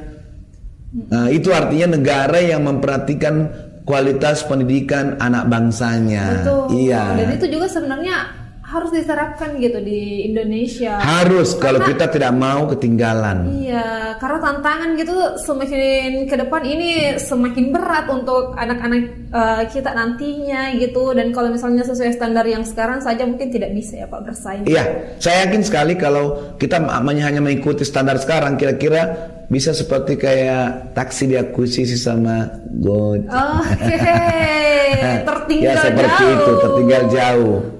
Iya. Mungkin yang ada di sini mungkin yang maju semakin maju, yang kecil ya udah. Nah, tapi pada umumnya kebanyakannya yang tidak maju itu. Jadi kan ada memang yang maju mungkin hanya 10% dari jumlah total siswa. Tapi yang 90%-nya, nah ini kan perwajahan anak negeri, perwajahan Indonesia nih. Sekolah-sekolah negeri dan sekolah-sekolah swasta yang semacam negeri itu adalah perwajahan Indonesia. Kalau hanya 10% itu orang tidak terlalu perhatikan. Oke, lebih banyak ditemukan yang 90% ini yang Iya, kurang ya Pak. Oke. iya. Oke, nah kalau misalnya Bapak maju menjadi DPRD Kota Makassar gitu ya. Program-program seperti apa yang ditawarkan, kita bahas tentang pendidikan dulu. Oke. Salah satunya karena saya ini dari sekolah dari pendidikan Islam dan mayoritas juga penduduk kita adalah Muslim. Yang pertama adalah yang saya mau lakukan adalah saya akan buat satu contoh di setiap kecamatan ya. Itu satu contoh kalau anak pulang sekolah dia belajar Al-Quran pakai standar yang berkualitas. Nah artinya saya menganggap temuan saya terkait dengan guru-guru yang mau mengajar itu, dengan temuan saya juga di TPA, saya bisa mengatakan bahwa kualitas pendidikan Al-Quran di Kota Makassar itu di bawah standar. Makanya yang saya mau perbaiki adalah salah satunya adalah memperbaiki bacaan Quran siswa. Siswa siapa? Ya siswa sekolah negeri. Makanya tahun pertama saya akan buat dulu satu sekolah, satu percontohan di setiap kecamatan. Jadi nanti kalau itu sudah berhasil, itu akan bisa ditiru sekolah-sekolah lain, sehingga anak-anak yang pulang dari sekolah tidak langsung pulang ke rumah, karena kan mereka juga jam belajarnya sangat sedikit. Saya tidak tahu ya mereka belajar apa sih di sekolah dengan hanya cuma 2-3 jam saja. Bahkan ya nanti kalau mereka pulang, mereka tidak langsung pulang tapi belajar dulu di sekolah. Dan ini anak kami juga punya nih para alumni dari SD kami dulu, itu juga punya rencana seperti itu. Di SD kami ada rencana membuat anak-anak di SD itu belajar Al-Quran dulu sebelum dia pulang. Jadi itu dulu. Terus kemudian saya ingin menyadarkan dan meningkatkan kualitas guru. Jadi guru-guru ini kita harus berikan banyak pelatihan ya, mungkin nanti apakah kita anggarannya dari pemerintah atau seperti apa. Intinya saya akan banyak berbicara dengan para guru dan kepala sekolah betapa pentingnya meningkatkan kualitas, karena mindset ini yang perlu dirubah dulu. Nah, mindset ini tidak butuh banyak biaya. Kita hanya perlu banyak berbicara kepada mereka. Tapi siapa yang berbicara? Orang yang mengerti. Karena kalau orang yang tidak mengerti, mereka tidak akan paham. Nah, jadi bagaimana berbicara dengan kepala sekolah dan guru? Ya itu tentu kalau saya jadi anggota DPRD, saya akan banyak bicara seperti itu. Jadi kemudian apalagi selain pendidikan, bagaimana misalnya kita mengajari guru dan murid-murid betapa pentingnya kesehatan bagi mereka. Ya, karena kan luar biasa nih, banyak sekali makanan-makanan tidak sehat yang beredar di lingkungan kita yang mereka tidak teredukasi sehingga mereka makan dan mereka itu membuat berbahaya bagi tubuhnya ke depan. Karena biarpun kita anak-anak ini belajar serius sehebat-hebatnya, tapi kalau fisiknya tidak kuat, fisiknya penyakitan, itu juga tidak, ya itu juga seperti kayak kembali ke nol. Iya, betul. Nah, artinya di saat mereka lagi bagus-bagusnya tapi sakit kayak begitu lah. Sehingga kita perlu mengedukasi mereka bagaimana jajan yang benar, yang mana-mana jajanan yang bagus. Kalau kita misalnya pemerintah belum bisa melarang jajanan ini, minimal siswa dan gurunya tahu yang mana yang boleh dimakan, yang mana yang tidak boleh, yang mana yang berbahaya, yang mana yang tidak berbahaya. Itu sampai kayak gitu. Jadi kita bukan hanya meningkatkan soft skill, hard skill, tapi kita juga mengajarin mereka pola hidup. Pola hidupnya, pola hidup sehat, tidur, bangun, terus kemudian termasuk mindset begini, mindset olahraga. Kebanyakan di kita ini kan olahraga itu hanya seperti kayak pelajaran, bukan lifestyle, bukan menjadi kehidupan standar. Sehingga anak-anak itu lebih senang naik motor. Misalnya kayak anak SMP, SMA itu lebih senang naik motor ke sekolah daripada jalan kaki. Nah ini kan perlu pemahaman, perlu turun ke sekolah, perlu bicara sama guru, perlu bicara sama Diknas. Dan ini tidak berbicara uang, tidak berbicara anggaran, hanya merubah pola pikir, merubah pola hidup itu. Dan ini saya punya ini tangan yang panjang kalau saya jadi anggota DPRD. Nah begitu. Oke. Ya. Jadi disasar dulu, bahkan bukan langsung ke anaknya tapi mulai dari gurunya, di Diknas juga. Iya. Semua bakalan kita mulai dari situ ya. Ya, kita mulai penyadaran lah bagaimana sih Indonesia ini bisa bersaing dengan negara-negara lain. Dan kita harus bangun seperti apa, penyadaran. Dan bukan hanya pendidikannya, teman-teman. Iya. Pokoknya tadi tentang kesehatannya juga bakalan dibuatkan, disadarkan ini. Iya. Di situ. Dan untuk menghadapi tantangan zaman tentunya ya dimulai dari anak-anak bangsa gitu. Termasuk saya akan bicara sama teman-teman anggota DPRD. Karena ini tidak bisa dilakukan sendirian. Iya, betul. Ini lebih kepada menyadarkan kepada semua stakeholder bagaimana kita bekerja sama membangun anak negeri. Dan kalau stakeholder butuh orang yang tepat ya. Iya, karena kalau begitu. misalnya siapa gitu bakalan dipandang sebelah mata ya. Jadi kalau teman-teman butuh gitu untuk menghadapi tantangan zaman anak-anaknya gitu ya, harus pintar-pintar memilih wakil rakyat, betul Pak? Iya, seperti itu.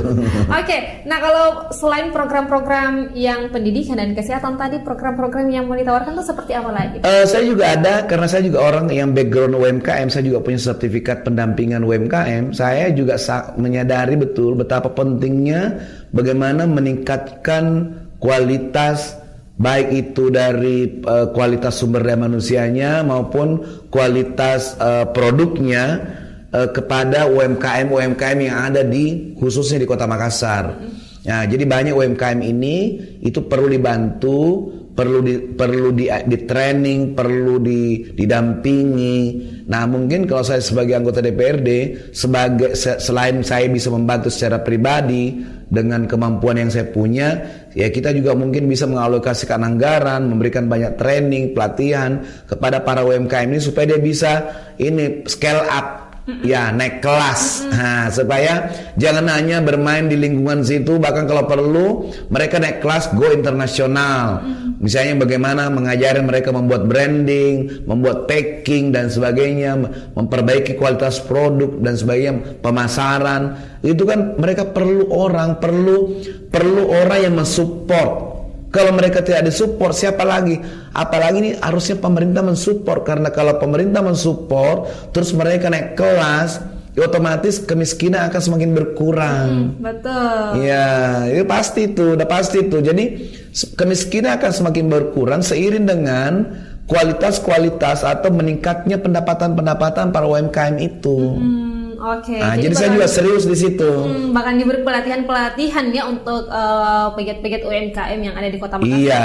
Oke, dan ini penting tentunya karena mungkin ada orang yang sebatas jualan, tidak mengerti bagaimana konsepnya, akhirnya tidak laku, mereka mundur dan lain-lain, tidak berproses. Itu mungkin yang menyebabkan juga banyak UMKM yang gulung tikar ya Pak. Iya, banyak sekali. Jadi memang ada penelitiannya. Kalau ada UMKM buka 5, itu paling bertahannya 1. Iya, betul karena itu. Iya. Nah, itulah kita kasihan melihat mereka seperti itu karena mereka kebanyakannya memang tidak punya pengetahuan bagaimana berbisnis itu, dan mereka tidak punya pengetahuan sehingga pemerintah punya peran dan wajib itu dilakukan bagaimana mendidik mereka supaya mereka siap. Bukan hanya keberanian, tapi mereka memang sudah dibekali dengan ilmu-ilmu bagaimana berusaha. Ya, jadi sudah ada tentang pendidikan, kesehatan, untuk pelatihan-pelatihan UMKM juga ada. Nah, tapi ini yang kita kembali lagi Pak yang tadi, ini banyak loh anak-anak di Makassar, anak usia sekolah. Iya. Kan Bapak mau fokusnya nih ke pendidikan ya. Iya. Banyak anak usia sekolah di jalanan Pak. Iya. Ini tanggapan Bapak terkait hal itu seperti apa? Itu pasti sebenarnya bagian daripada urusan pemerintah itu sebenarnya bagian dari tanggung jawab pemerintah bagaimana membuat anak-anak di jalan itu bisa sekolah. Bahkan mereka bukan cuma bisa sekolah, tapi mereka kehidupannya layak. Sehingga tentu kita hanya perlu istilahnya memberi perhatian kepada mereka Dan selain mereka bisa diberikan pendidikan formal, juga banyak sekali pendidikan non formal. Artinya kita harus memberi perhatian yang ya ini kan mereka adalah warga negara. Mereka wajib memang diperhatikan oleh pemerintah. Artinya mereka tidak boleh dianaktirikan. Artinya kalau mereka tidak diperhatikan maka mereka akan menjadi masalah bagi orang lain. Nah, oleh karenanya kita harus membuatkan program apa saja yang bisa membuat mereka tidak di jalan. Misalnya mereka disekolahkan, terus kemudian mungkin mereka ada sekolah-sekolah non formal yang lain yang meningkatkan kemampuan SDM mereka, sehingga mereka nanti bukan di jalan lagi mereka, tapi mereka bisa ada di tempat-tempat kerja formal. Nah, tentunya mereka juga harus diberikan motivasi ya. Kalau saya mungkin anak-anak ini harus dimasukkan ke pengajian supaya mereka sadar betapa berharganya hidup mereka. Kalau mereka ini membiarkan hidupnya mereka seperti itu, mereka akan menanggung sendiri. Tapi mungkin Pak sekarang sudah banyak yang memberi motivasi tapi mereka buktinya masih banyak di Makassar kita jumpai. Ya, itulah mungkin perlu program yang berkelanjutan. Jadi bukan hanya memotivasi, tapi terus sampai mengawal sampai mereka benar-benar berhasil. Karena yang saya pernah lihat juga ya, saya pernah bertanya juga bagaimana dengan anak-anak di jalanan untuk salah satu orang yang kayak punya komunitas-komunitas untuk anak jalanan gitu. Katanya anak-anak jalanannya yang komen, wah ini sudah dapat uang dari sini. Saya kalau gabung sama kamu dapat uang nggak? Dan ini banyak mereka, tentunya kalau Bapak dikasih jawaban seperti itu, jawabannya seperti ya itu tadi, makanya kita kasih mindset dulu, kita rubah dulu mindsetnya. Kan saya bilang tadi, merubah mindset itu tidak mudah, itu perlu waktu lama. Artinya kalau kita ketemu anak jalanan bukan sekali dua kali, tapi harus terus menerus terprogram. Mungkin sekali sepekan. Dan kita ini kan tim, kita bekerja dengan tim, bukan bekerja sendiri. Akan ada banyak orang bisa membantu kita. Yang penting kita fokus, kita memang ingin memberikan pelayanan kepada mereka. Dan itu kita tidak tinggalkan mereka begitu saja, satu program tinggalkan, enggak. Tapi terus kita menjaga mereka terus sampai, ya mungkin bukan bulanan tapi tahunan. Dan mungkin bukan 1 tahun, tapi mungkin 5 tahun, mungkin 10 tahun. Dan kita bekerja sama dengan pihak-pihak lain untuk bisa membuat mereka berhasil dari jalan menjadi mungkin entrepreneur lah, atau misalnya mungkin bisa bekerja di mana. Intinya ini penyadaran, karena kan orang di jalan ini mindset juga perlu diperbaiki nih, bahwa hidupmu bukan di situ. Berarti boleh dong kalau kita titip anak jalanan ke Bapak. Kalau misalnya maksudnya kalau misalnya jadi anggota DPRD gitu, akan memberikan program-program yang bagus untuk mereka. Saya nggak perlu dititipi. Saya akan membuat program seperti itu. Iya, bahkan sebenarnya ya kalau secara personal di Yayasan Albirni Mandiri pun kita akan melakukan itu. Iya, karena itu kewajiban memang kita. Ini bukan hanya bicara bahwa ini pemerintah, tapi itu juga kewajiban orang per orang, organisasi, yayasan. Ya, tapi alangkah baiknya ini kalau pemerintah mengambil peran yang besar. Iya, betul. Iya. Banyak ya kan, Bapak lihat sendiri. Iya, karena sangat banyak. Iya. Banyak sekali di jalanan, di lampu merah, anak-anak di jalanan pakai kostum ini juga ya, yang badut-badut, yang boneka-boneka, dan masyarakat tentunya bertanya gitu, mana ini wakil rakyatnya kita, mana pemerintahnya kita. Jadi kita butuh orang-orang memang yang mungkin bisa mengatasi hal tersebut gitu. Selain karena ya untuk tidak melihat lagi orang-orang seperti itu di jalanan, yang bisa juga meningkatkan kualitas hidup mereka tentunya. Iya, jadi memang pembinaan ya, kata kuncinya pembinaan kepada mereka yang berkelanjutan, bukan hanya pembinaan sesaat, tapi pembinaan terus menerus yang memang seharusnya kita lakukan, baik itu kita ini individu maupun organisasi sosial, memang harus dilakukan. Dan ada begitu banyak orang yang ingin membantu lembaga-lembaga itu apabila kita melakukannya dengan serius. Jadi ini sebetulnya ya kalau kita berbicara pemerintah, ini adalah peran pemerintah yang sangat penting, karena mereka adalah rakyat, mereka adalah warga yang memang harusnya diperhatikan. Nah, sehingga kita bukan hanya menyerahkan kepada swasta atau lembaga-lembaga sosial, bukan. Nah, tentu pemerintah bisa berkoordinasi dengan semua pihak untuk melakukan pekerjaan ini. Oke. Iya. Jadi ya semoga nanti dengan adanya orang-orang baru di parlemen begitu, apa yang kita lihat orang-orang Makassar ini bisa teratasi gitu ya di periode selanjutnya. Semoga tidak ada lagi kita lihat yang seperti itu. Kita titip sama Bapak dan teman-temannya. Iya, insya Allah. Oke. Iya. Nah, terakhir mungkin Pak ini bagaimana persiapannya sampai sejauh ini untuk maju menjadi anggota legislatif? Saya kan bukan orang yang maksudnya sangat menginginkan jadi anggota DPRD. Oke. Karena bagi saya anggota DPRD itu adalah pengabdian. Hal yang harus saya lakukan karena saya merasa perlu membantu orang. Nah, itu prinsip saya.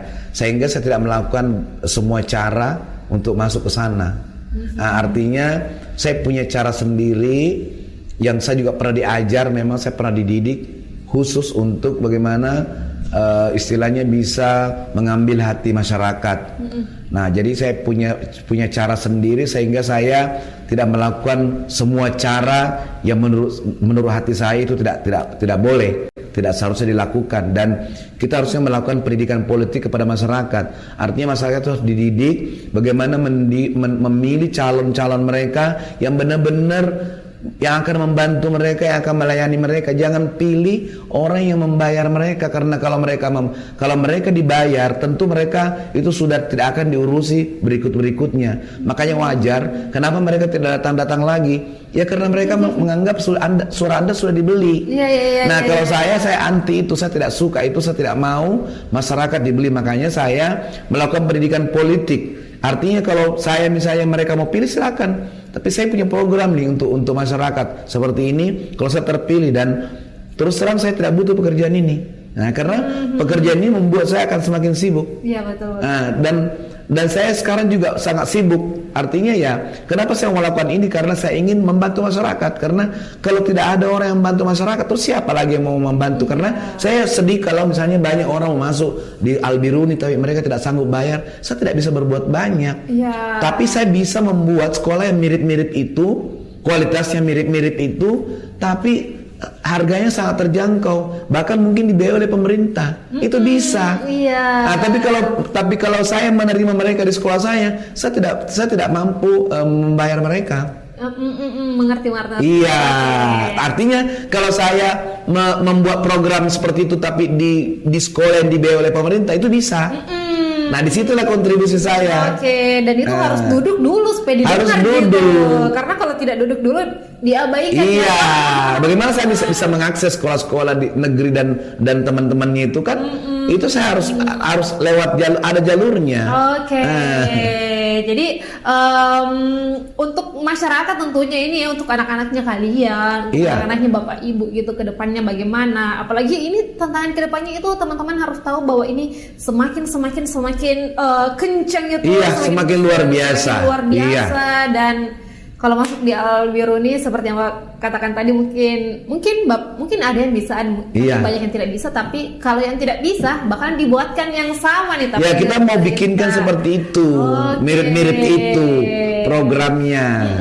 Oke teman-teman, jadi seperti itu. Dan kalau Bapak ini sejauh ini optimisme untuk merekursi di dapil ini bagaimana? Saya karena ini kan pengalaman saya bukan kali pertama, ya insya Allah saya berusaha keras untuk masuk ke sana, karena ini juga adalah kepercayaan teman-teman di PKS, supaya saya bisa masuk ke dalam, supaya bisa mewarnai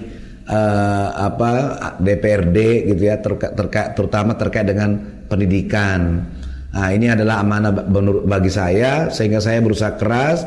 Ya, artinya saya memanfaatkan waktu sebaik-baiknya dengan cara saya untuk bisa meraih suara dari masyarakat. Oke, Bapak butuh berapa suara nih untuk? Saya menargetkan 5.000. 5.000? Iya. Oke, kemarin kita podcast sama salah satu juga yang di dapil ini butuh 6.000. Ya. Oke, 5.000 suara untuk teman-teman, untuk Bapak Ibu, untuk salah satu calon legislatif kita, untuk bagaimana supaya pendidikan di Indonesia tentunya itu lebih baik lagi, bukan hanya di Makassar, bahkannya di Indonesia. Oke Pak, boleh terakhir closing statement untuk harapannya kepada masyarakat dan juga untuk kesuksesan pemilu 2024. Ya, kepada Bapak dan Ibu dan teman-teman yang ada di rumah, ya saya berharap kita tahun 2024 ini adalah tahun penting bagi kita semua supaya Indonesia jauh lebih baik daripada sekarang, supaya Indonesia ini tidak tertinggal dari negara-negara lain. Maka gunakanlah hak pilihnya sebaiknya.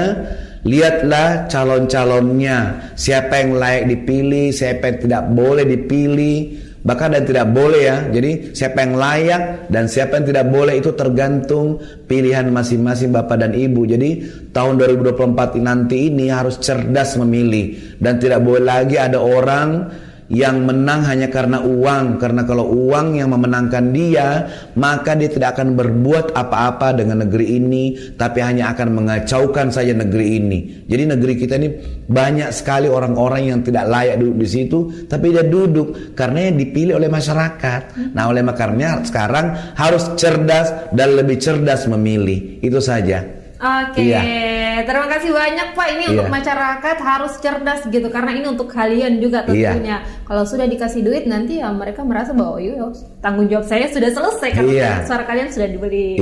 Oke, buat Pak Muhammad Arafat, terima kasih banyak telah hadir, mau sharing dengan Harian Rakyat Sulsel, mau terbuka gitu tentang program-programnya apa saja yang mau ditawarkan kepada masyarakat gitu, dan semoga pendidikan kita semakin maju lagi ke depannya Pak. Amin, amin. Ya Rabbal Alamin. Terima kasih Pak, dan sukses sama-sama. selalu. Semoga lancar untuk semua rencana-rencana baiknya, semoga dapat terrealisasikan. Amin. Untuk pemirsa di rumah, sampai di sini perbincangan saya dengan narasumber kita kali ini yang sangat menarik. Jangan lupa untuk di-share ke teman-temannya supaya lebih banyak lagi yang tahu, dan supaya kalian itu tahu gitu bagaimana membuat dan memilih memang calon-calon yang layak untuk duduk gitu, dan supaya bisa mewakili suaranya kalian. Terima kasih dan sampai jumpa di podcast berikutnya. Wassalamualaikum warahmatullahi wabarakatuh. Waalaikumsalam warahmatullahi wabarakatuh.